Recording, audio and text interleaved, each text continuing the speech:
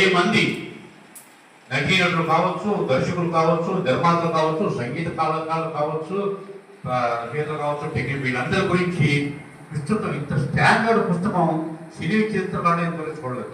అసలు హైదరాబాద్ ఆవిష్కరించాలి అంటే సార్ నన్ను ఇలా చేస్తున్నాను అంటే నీకు హైదరాబాద్ కదా ఏప్రిల్కి వస్తుంది, నీకు ది బెస్ట్ అక్కడ వైస్ ఛాన్సలర్ గారు ఉన్నారు, వారి చేతుల మీద ఆవిష్కరించినట్టయితే దీనికి సంపూర్ణత లభిస్తుంది అంటే ఎగిరి గంతేసి పనిచేసాడు మా సార్.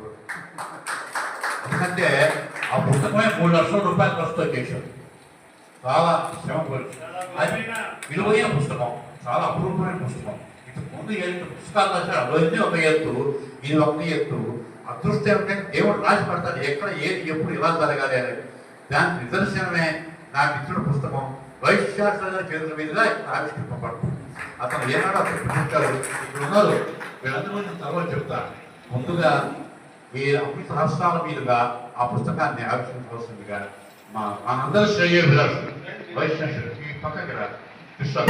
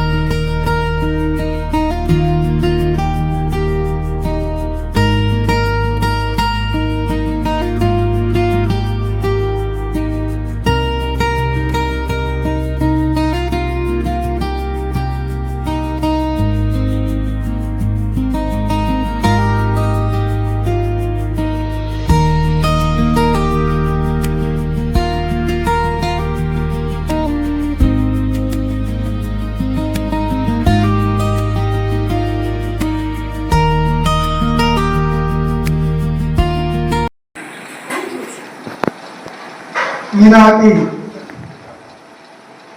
విశ్వవిఖ్యాత నట సార్వభౌముడు, మహానేత, తెలుగు వెలుగులను దశ దిశలా ప్రభావింపజేసిన నందమూరి తారక రామారావు గారి 103వ జయంతోత్సవాల సందర్భంగా అమరజీవి పొట్టి శ్రీరాములు గారి విశ్వవిద్యాలయం, తెలుగు విశ్వవిద్యాలయం ఆధ్వర్యంలో నేను రాసిన వెండి తెర వైభవం అనే గ్రంథాన్ని గౌరవనీయ విశ్వవిద్యాలయ ఉపకులపతి గారైన శ్రీ డి మునిరత్నం నాయుడు గారి చేతుల మీదుగా ఈరోజు ఆవిష్కరించబడడం చాలా సంతోషకర విషయం ఇది. ఈ పుస్తకం తెలుగు సినీ ఆనాటి నుంచి అంటే 95 ఏళ్ళు తెలుగు సినిమా తాకి ప్రారంభమైంది. 1931లో తొలి చిత్రం భక్త ప్రహ్లాద్ నుంచి 2025 వరకు అవిశ్రాంతంగా కొనసాగిన మన తెలుగు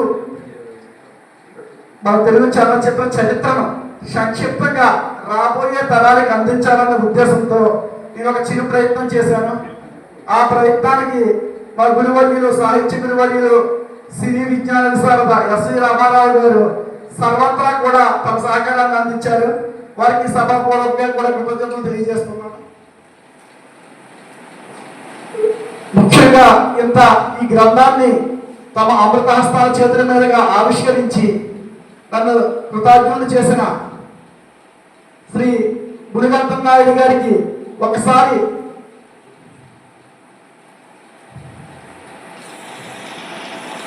ఆయన చేతుల మీదుగా ఈరోజు పుస్తకం ఆవిష్కరించడం చాలా సంతోషకరమైన విషయం అండి. ఒకసారి